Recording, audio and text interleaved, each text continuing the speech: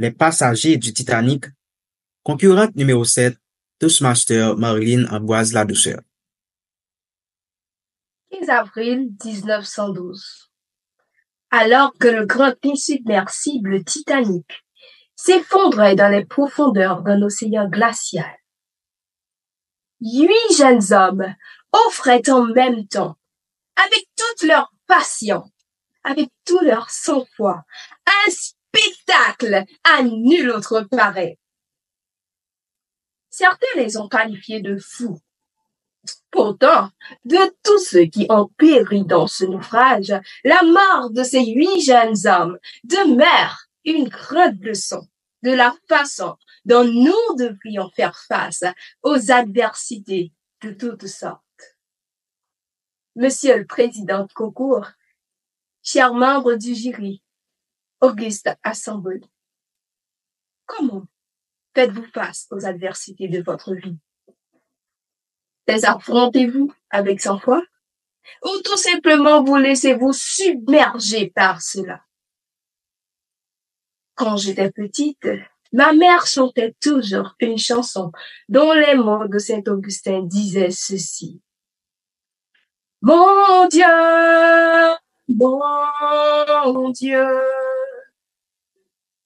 donne-moi la sérénité d'accepter les choses que je ne peux changer, le courage de changer les choses que je peux, et la sagesse d'en connaître la différence. À cette époque, cette musique pour moi n'en était qu'une avec de jolis mots. Pourtant, au fur et à mesure que je grandissais et que moi-même je la chantais, je me l'appropriais.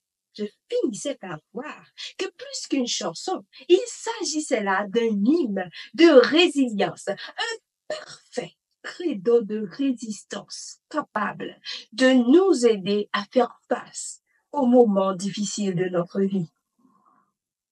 Maintenant que vous connaissez la leçon, faites avec moi cet petit exercice d'imagination. Êtes-vous prêts? Fermez vos yeux. Respirez profondément. Puis imaginez. Imaginez à l'instant que vous êtes à bord de ce bateau en plein naufrage. Imaginez que les canots et les gilets de sauvetage ne suffisent pas, tout comme aucun programme international ne suffira pour nous ôter de ce carcan social. Imaginez que les secours tardent, tout comme cette armée kenyane qui peut-être ne viendra pas. Et qu'au final, qu'on vous annonce que le capitaine se soit suicidé ou tout simplement parti en exil pour incompétence. Ouvrez vos yeux maintenant. Respirez profondément. Ma question pour vous est la suivante. Qui choisissez-vous d'être parmi ces différents passagers à bord du Titanic? Allez-vous être de ceux qui vont se jeter par-dessus bord ou tout simplement, à l'instar de ces musiciens, allez-vous faire preuve de sang-froid pour accepter votre réalité et y faire face?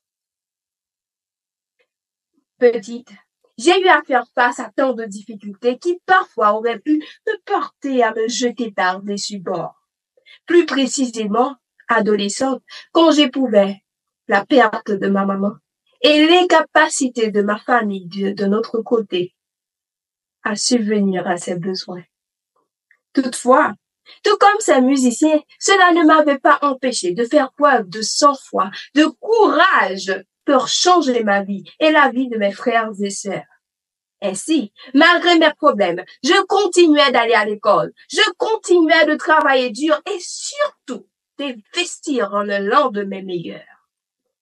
Et aujourd'hui, je ne regrette surtout pas d'avoir gardé mon sang-froid face à toutes ces calamités d'autrefois qui d'ailleurs ont su définir cette nouvelle version de moi. Une Marlene plus forte, confiante et résiliente. Chers collègues Toastmasters, distingués invités, la vie nous mettra toujours dans des situations où nous aurons l'impression de couler. Il est vrai, la situation actuelle de notre pays se dégradant au jour le jour ne nous donne pas le choix. Toutefois, même quand ces deux situations semblent pareilles, j'ai quand même une bonne nouvelle à vous annoncer. Nous avons de l'espoir. Oui, nous avons de l'espoir si nous considérons ce credo de Saint Augustin en faisant preuve de courage pour changer ce que nous pouvons. Car je suis sûre, si chacun de nous ici présent fait preuve de courage pour changer quelque chose, aucune situation difficile ne pourra nous résister.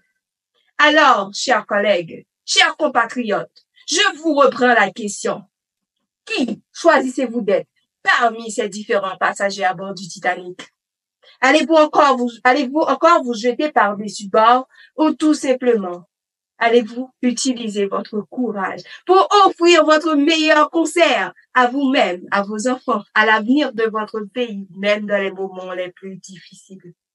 Ainsi, laissez-moi donc vous inciter par ce discours à ne laisser aucune situation difficile vous ôter de votre mission qui est d'utiliser votre sang-froid pour triompher des circonstances difficiles.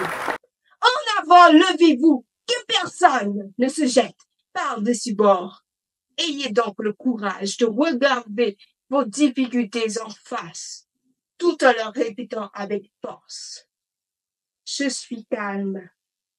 Aucune situation difficile n'est tenue de durer éternellement.